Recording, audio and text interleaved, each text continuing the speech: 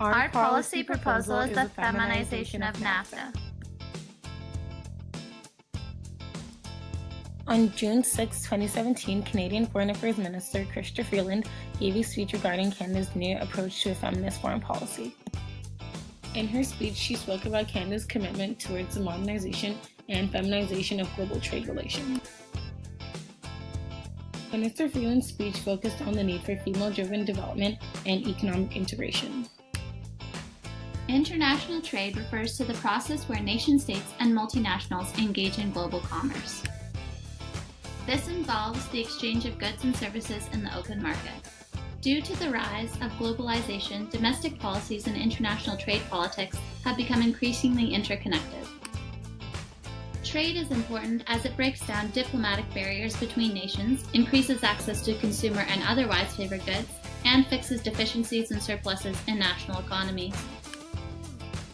Most importantly, trade in our globalized world builds connections that make us more cooperative and dependent on each other, rather than isolationist and less integrated. However, global trade and the interconnectedness of the international labor market has not always been mutually beneficial for women. The feminization of labor describes the emergence of gendered labor relations born out of the rise of global capitalism, which is also a result of the rise of 21st century liberalism and the expansion of international trade. Gender discrimination, violence, sweatshops, and sexual harassment are some of the adverse results of feminization of labor and global trade. Multinational companies have used the feminization of labor to employ more women while also simultaneously exploiting their labor through low wages and the lack of upward mobility. The North American Free Trade Agreement between Mexico, the United States, and Canada was first implemented in 1994. NAFTA was created to limit trade barriers and tariffs between nations for greater and more integrated economic growth. Over the years, NAFTA has come under fire by anti-free trade groups in Canada, the United States, and in Mexico, arguing that it has contributed to job loss, exploitation, and increased consumer cost. During the 2016 presidential elections, Donald Trump promised that should he get elected, he would work towards renegotiating NAFTA or walking away from the deal altogether. On May 18, 2017, American President Donald Trump formally pulled the trigger for the first rounds of negotiation talks beginning on August 16, 2017.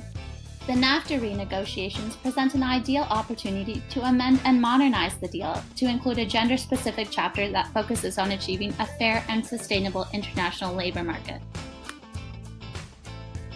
The Canada-Chile FTA. That was the first gender chapter in a Canadian trade deal. It was an important step for Canada.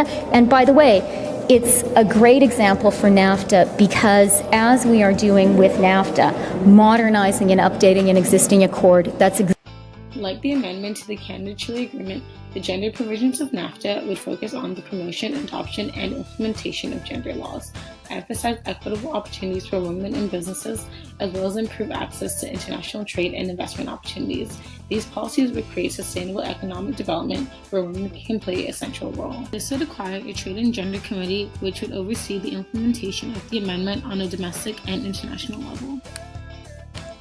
By pursuing these amendments in the NAFTA renegotiation, it emphasizes the Canadian government's commitment to a feminist foreign policy. This aligns with both domestic and international policies.